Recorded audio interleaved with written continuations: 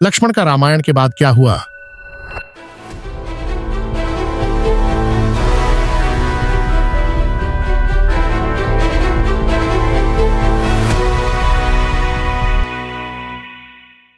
रामायण की कहानी हम सभी ने सुनी है।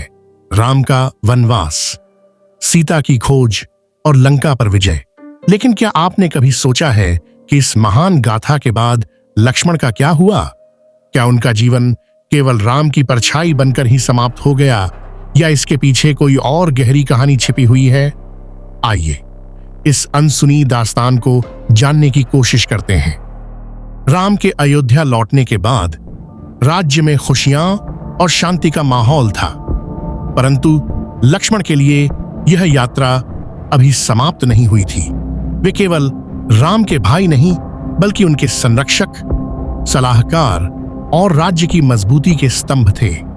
लक्ष्मण ने अपनी पूरी ऊर्जा राम के आदर्श शासन में लगा दी, लेकिन विधाता ने उनके लिए कुछ और ही तय कर रखा था। एक दिन अयोध्या के राजमहल में ऋषि दुर्वासा पधारे। उनका स्वभाव तो आप जानते ही हैं, क्रोध से भरे, लेकिन उनके वचन हमेशा महत्वपूर्ण और भविष्य को दिशा देने वाले होते थे।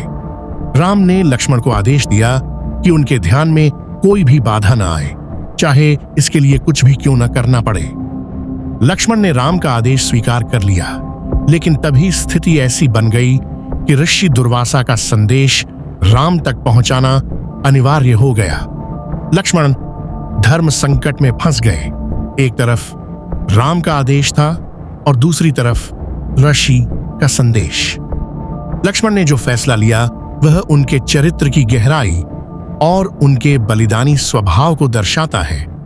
उन्होंने अपने भाई के आदेश को भंग किया और ऋषि का संदेश राम तक पहुंचाया, लेकिन इसके साथ ही राम की वह प्रतिज्ञा टूट गई जो उन्होंने राज्याभिषेक के समय ली थी।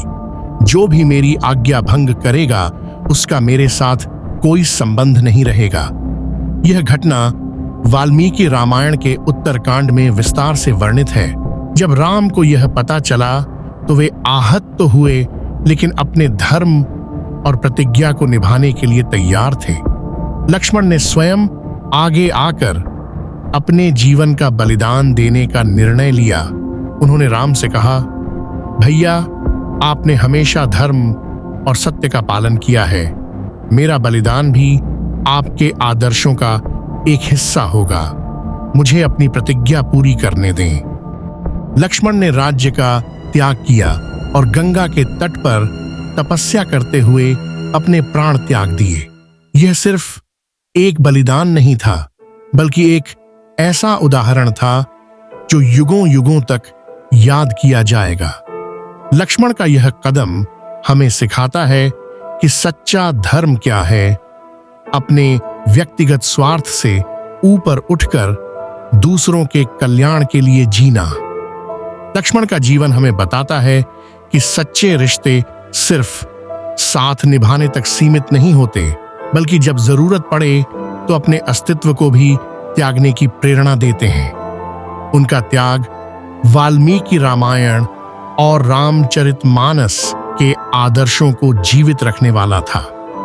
ऐसी ही और अनसुनी और प्रेरणादायक कहानियां जानने के लिए हमारे चैनल को सब्सक्राइब करें और हमारे साथ इस यात्रा में जुड़ें।